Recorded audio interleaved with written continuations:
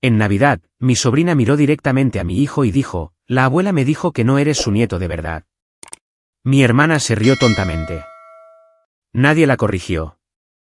No dije nada, simplemente empaqué nuestros regalos y nos fuimos.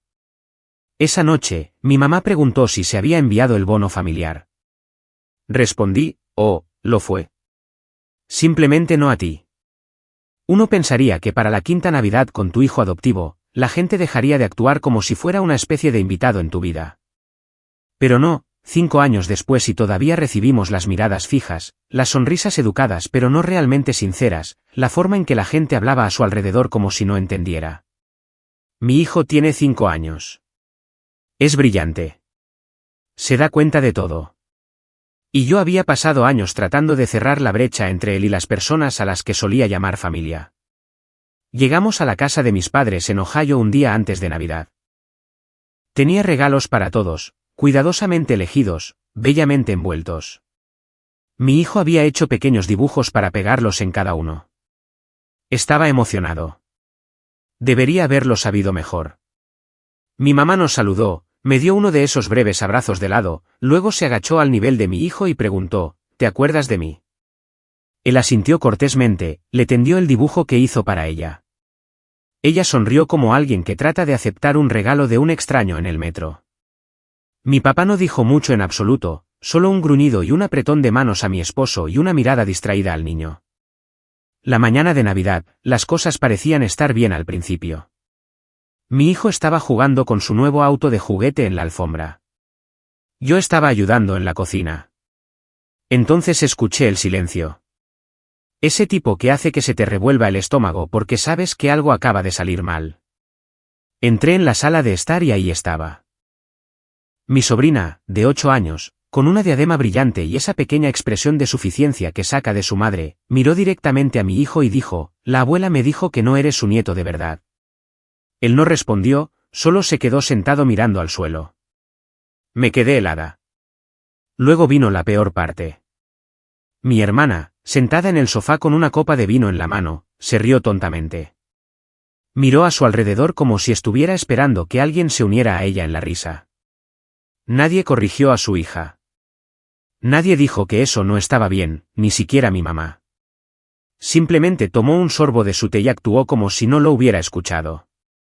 Mi esposo se puso de pie, y supe que estaba a punto de decir algo, pero negué con la cabeza.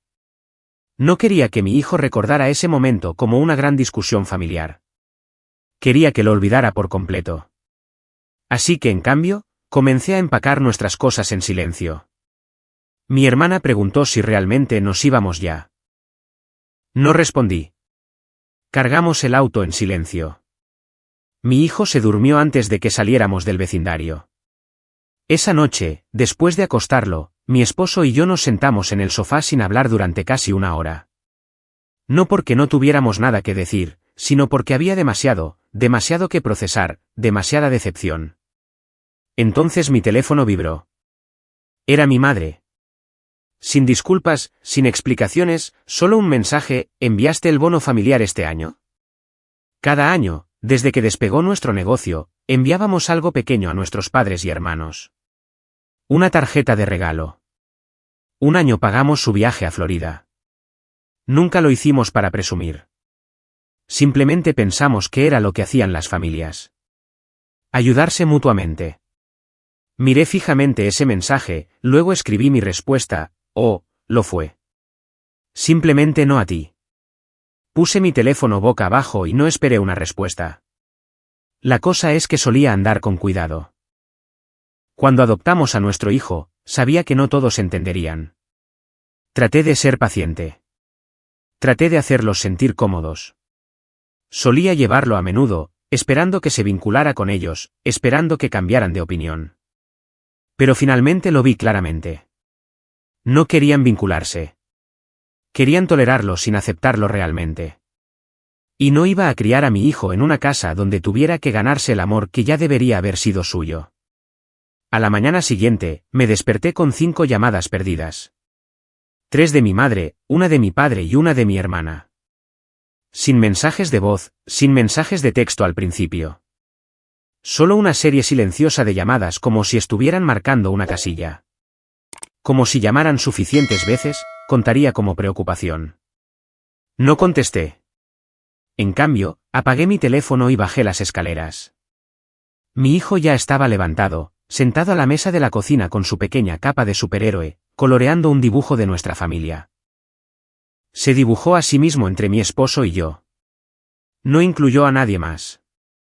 Hice panqueques con él mientras mi esposo ponía música de fondo.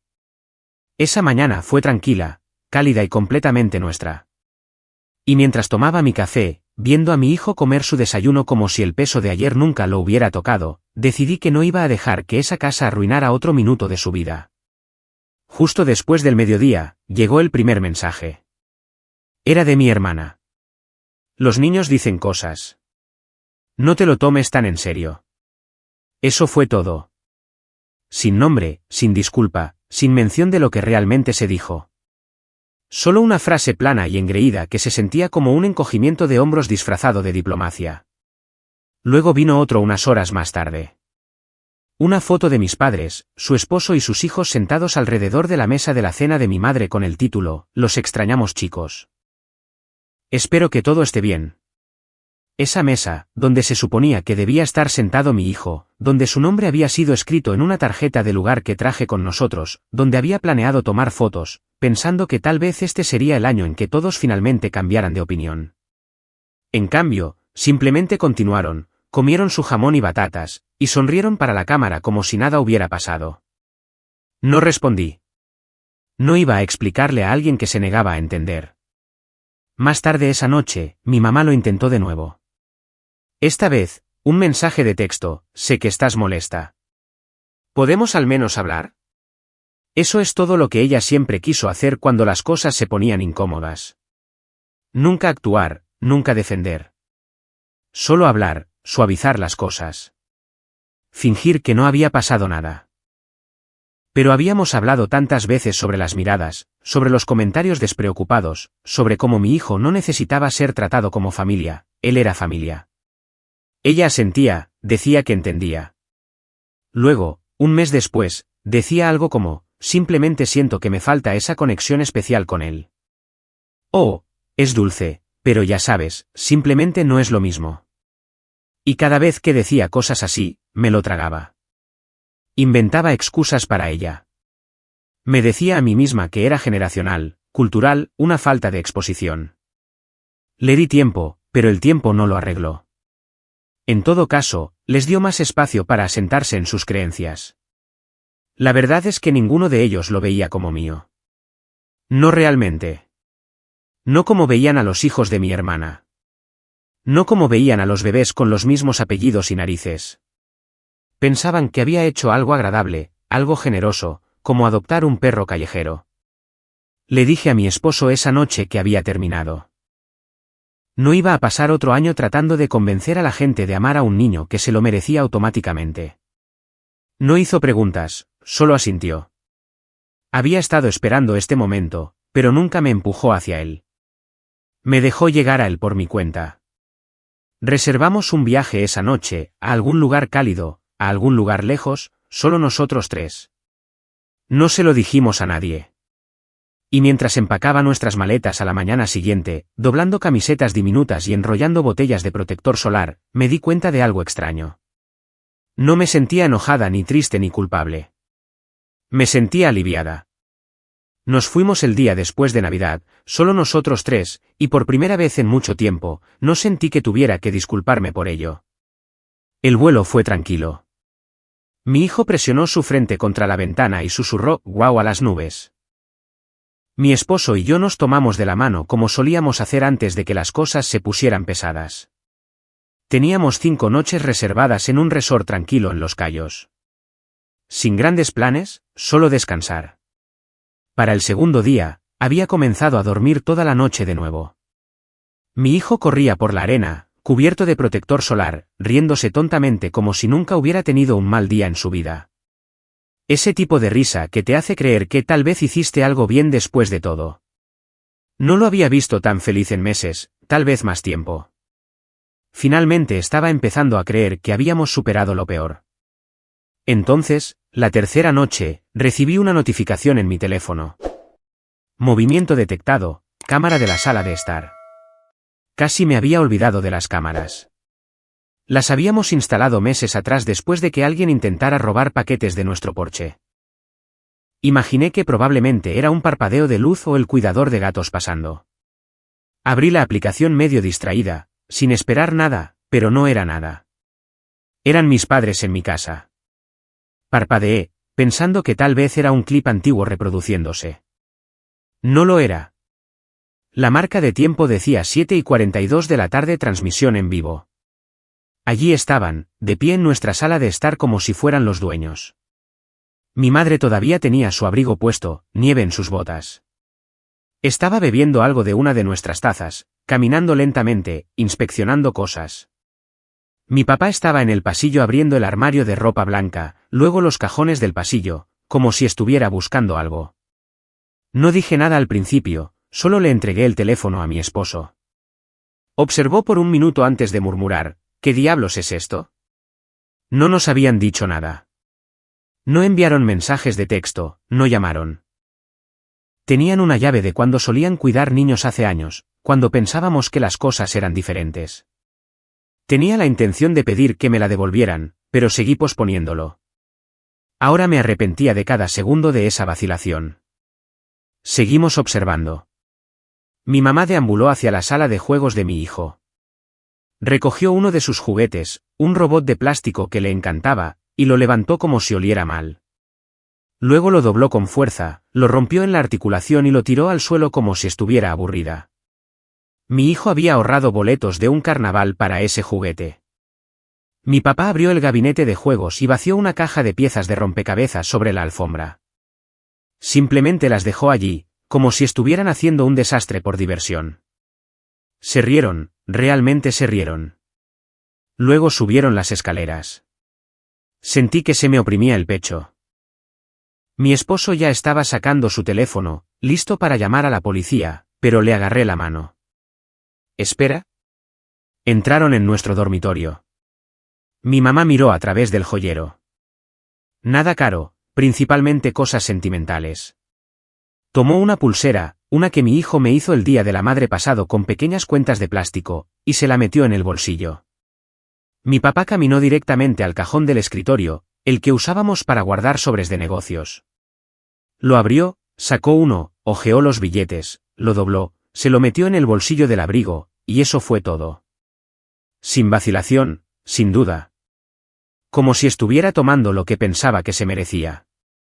Mi esposo estaba furioso. Seguía diciendo, los tenemos en cámara. ¿Qué estamos esperando? Pero no podía moverme.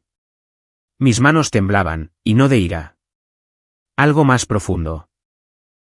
Ese horror silencioso cuando te das cuenta de que las personas que te criaron, por las que inventaste excusas una y otra vez, ya ni siquiera se molestan en ocultar quiénes son. Pensaron que nos habíamos ido. Pensaron que podían hacer lo que quisieran. Y ni siquiera les importaba si dejaban un desastre atrás. No sabían sobre las cámaras. Pensé en llamarlos en ese momento, gritar, exigir respuestas. Pero, ¿cuál era el punto? Mentirían. Dirían que estaban revisando. Que estaban preocupados. Que no era lo que parecía. Y mi hermana, le daría la vuelta como siempre lo hacía. Lo convertiría en algo sobre cuánta presión poníamos sobre mamá y papá o alguna historia en la que éramos los villanos. Así que le dije a mi esposo, no, nada de policía. Todavía no. Solo guarda las imágenes. Se quedaron casi 40 minutos. Tomaron una botella de vino de la cocina. Dejaron la puerta principal abierta. Ni siquiera se molestaron en limpiar las piezas del rompecabezas. No dormí esa noche. Esperamos hasta llegar a casa. Llegamos a casa justo después de la medianoche. La nieve todavía se aferraba a los árboles, intacta desde la tormenta que golpeó 2 días después de irnos. La luz del porche parpadeó mientras subíamos los escalones. Mi hijo estaba dormido sobre el hombro de mi esposo, con los brazos alrededor de la tortuga de peluche que había llamado Mango. Abrí la puerta y entré. Se sintió mal de inmediato, no como un robo. Nada estaba destrozado o robado de una manera obvia. Pero había un olor, algo extraño. El leve aroma a colonia rancia y el perfume de mi mamá mezclado con el aire polvoriento de una casa que no se había ventilado en una semana. Mi esposo llevó a nuestro hijo arriba. Me quedé atrás y encendí cada luz una por una. La botella de vino del mostrador había desaparecido. La que habíamos planeado beber en Año Nuevo. No era cara, pero recordaba haberla colocado allí antes de irnos. Las 2 tazas de café que nunca usamos estaban en el fregadero, sin enjuagar, simplemente dejadas. En la sala de juegos, el robot de juguete de mi hijo todavía estaba roto en la alfombra. Ni siquiera se había movido. Las piernas estaban rotas en la articulación. Plástico doblado y retorcido como si alguien lo hubiera hecho a propósito. Una pila de piezas de rompecabezas todavía estaba esparcida junto a la estantería, medio pisoteada, medio pateada debajo del sofá. Cuanto más tiempo estuve allí, más me di cuenta de que no solo habían entrado. Se quedaron. Caminaron, exploraron, se sirvieron comida, bebidas, momentos. Mi esposo bajó las escaleras en silencio. No preguntó qué había encontrado. Ya lo sabía. Abrió el armario del pasillo, sacó la pequeña caja de herramientas y, en cuestión de minutos, estaba desatornillando el cerrojo. Ninguno de los dos dijo nada. Reemplazamos ambas cerraduras esa noche, reprogramamos el sistema de seguridad, borramos los códigos de acceso antiguos. Desactivé las notificaciones de la aplicación para no seguir revisándolas en medio de la noche, esperando otra violación. A la mañana siguiente, entré en nuestro dormitorio y abrí el cajón donde guardábamos los sobres de negocios. 2 todavía estaban allí, 1 faltaba. Conté el dinero en efectivo en los restantes. No fue solo el sobre lo que se llevaron. Eran cerca de $900. Más tarde esa tarde, abrí mi joyero. La mayor parte todavía estaba allí. Mi anillo de compromiso, el broche de mi abuela. Pero la pulsera de plástico barata que mi hijo me hizo para el Día de la Madre el año pasado, la que tenía cuentas desiguales y un corazón torcido, había desaparecido. Y eso me rompió más que cualquier otra cosa. No era valiosa, no para nadie más que para mí. Y se la llevaron. Le envié un correo electrónico a nuestra abogada esa noche, le conté lo que sucedió, le envié las imágenes. Cada minuto, con marca de tiempo, claro, innegable. Le pedí que no contactara a nadie. No estaba lista para eso. Solo quería que estuviera documentado. Guardado. Una línea trazada en algún lugar oficial, incluso si nadie más la veía. Esa noche, volví a ver las imágenes de la cámara. ¿Sola? Vi a mi madre parada en la puerta de la sala de juegos y mirando alrededor como si estuviera juzgando el diseño. Vi a mi padre levantar el sobre, contar los billetes como si tuviera derecho a ellos, luego deslizarlo en su bolsillo sin pensarlo 2 veces. No tenían prisa. No estaban nerviosos. Se tomaron su tiempo. Eso fue lo que realmente se me quedó grabado. No pensaron que habría consecuencias. A la mañana siguiente, mi mamá envió un mensaje. Escuché que regresaron. Espero que el viaje haya ido bien. ¿Se veía todo bien en la casa? No respondí. 2 horas después, mi hermana llamó. Dejé que sonara. Luego vino el mensaje de voz. Oye, mamá dijo que intentó contactarte. Está un poco molesta. Dijo que le estás dando la espalda. Solo estaba revisando la casa por ti. ¿Cuál es el gran problema? ¿El gran problema? El gran problema era que entraron en el espacio de mi hijo y rompieron cosas que le pertenecen. Tomaron cosas que me pertenecían a mí. Se rieron mientras lo hacían. Actuaron como si nuestra casa fuera suya para deambular. Como si nos hubiéramos ido demasiado tiempo, así que bien podrían disfrutar de lo que dejamos atrás. Al día siguiente, mi madre llamó. ¿Contesté? Fue directo a su discurso. Dijo que solo habían pasado para asegurarse de que las tuberías no se hubieran congelado, que estaban tratando de ser útiles, que solo tomaron el vino porque pensaron que era propiedad comunitaria, que el juguete de mi hijo ya debía haber estado roto. Luego preguntó por qué cambiamos las cerraduras. Dije, porque no te di permiso para estar en mi casa. Se quedó callada, luego colgó. No tuvimos noticias de ellos durante 4 días. Al quinto día, mi hermana envió un mensaje de texto. Entonces, ¿simplemente estás cortando a todos ahora? Sin disculpa, sin intento de comprensión, solo confirmación de que no tenían intención de asumir la responsabilidad. Así que recogí a mi hijo temprano de la escuela esa tarde. Condujimos al acuario, solo nosotros dos. Me tomó de la mano y me dijo que quería ver a las nutrias marinas primero esta vez. Las vimos nadar en círculos perezosos. Se rió cuando una se puso boca abajo y pasó flotando junto a nosotros. Al salir, me preguntó si los tiburones pueden ser buenos. Le dije que sí. Algunos simplemente no saben cómo. El silencio se extendió hasta enero. Al principio, pensé que tal vez estaban avergonzados. Tal vez finalmente se dieron cuenta de lo que habían hecho y necesitaban tiempo para asimilarlo. Casi me dejé creer que estaban luchando con la culpa detrás de escena. Que tal vez se acercarían, no para defenderse, sino para asumir la responsabilidad. Pero eso no era lo que estaba sucediendo. Lo que estaba sucediendo era un cambio, uno lento y deliberado. Nadie se disculpó. Nadie mencionó la casa. Nadie dijo una sola palabra sobre el juguete de mi hijo o el sobre de dinero en efectivo o la pulsera que me hizo. Lo que hicieron en cambio fue dejar de fingir por completo. Vi el cambio comenzar con mi hermana. Solía al menos actuar como si estuviera atrapada en el medio. Ahora no se molestaba. Publicó una foto grupal en línea de sus hijos con mis padres. Atuendos a juego, con el título Los únicos que importan. Sin etiqueta, sin referencia a mí, lo suficientemente sutil para negarlo, lo suficientemente obvio como para que supiera que era para mí. No dije nada. Simplemente dejé de mirar. Luego llegó el correo electrónico de mi papá. No era un control. No era una rama de olivo. Ni siquiera era un intento de reconectar. La línea de asunto decía, sobre la oportunidad de inversión. Sin saludo, sin calidez. Preguntó si todavía seguíamos adelante con la segunda propiedad que mi esposo y yo habíamos estado investigando, y si consideraríamos permitir que una pequeña parte se destinara a ayudarlo a él y a mi madre a superar una temporada difícil. Esa fue la redacción. Transaccional. Sin contexto. Solo una solicitud de dinero. Después de irrumpir en mi casa, después de romper las cosas de mi hijo, después de tomar lo que no era suyo.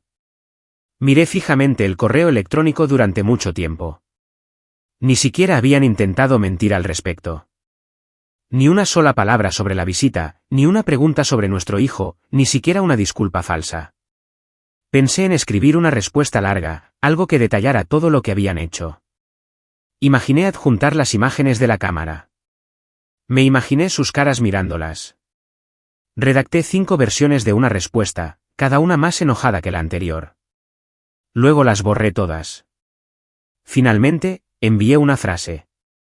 No, no vamos a hacer eso. 10 minutos después, respondió, wow. ¿Ni siquiera una conversación?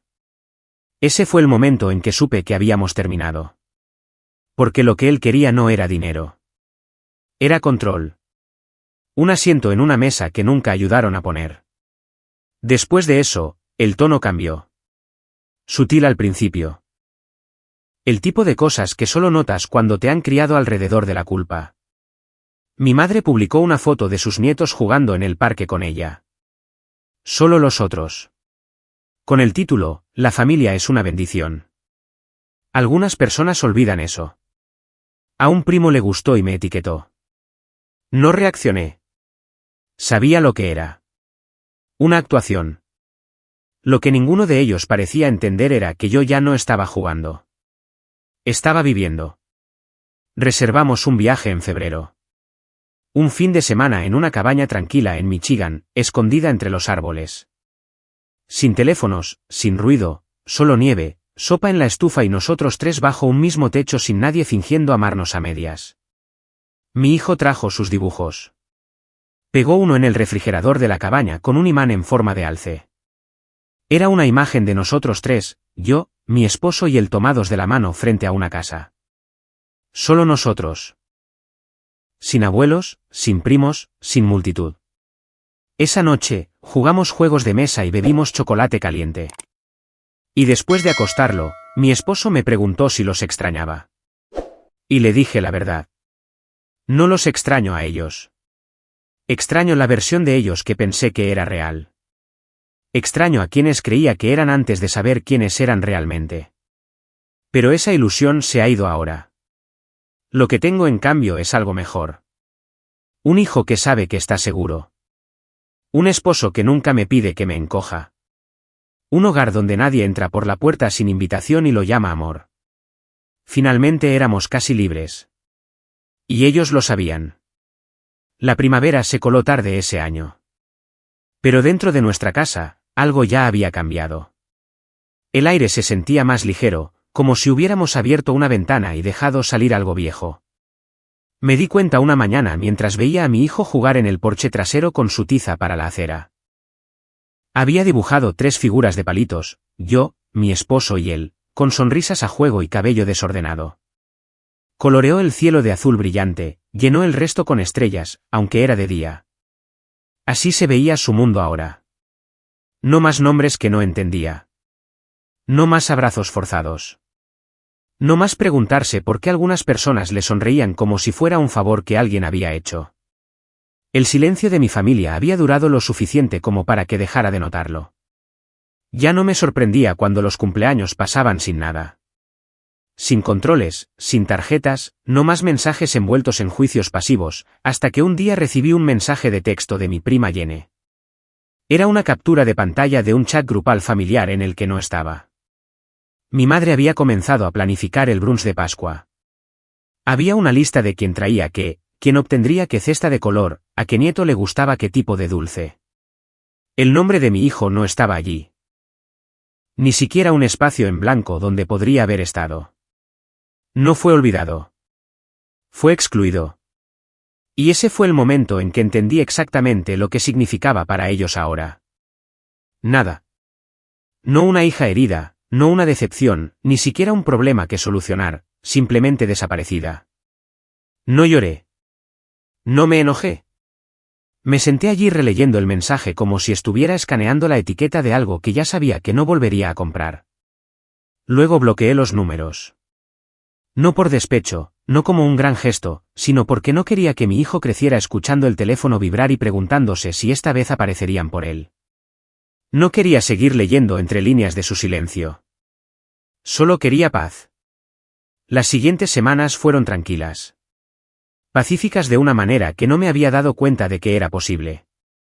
Sin cenas forzadas, sin disculpas falsas, solo nuestra casa, nuestras vidas y la familia que realmente estábamos construyendo.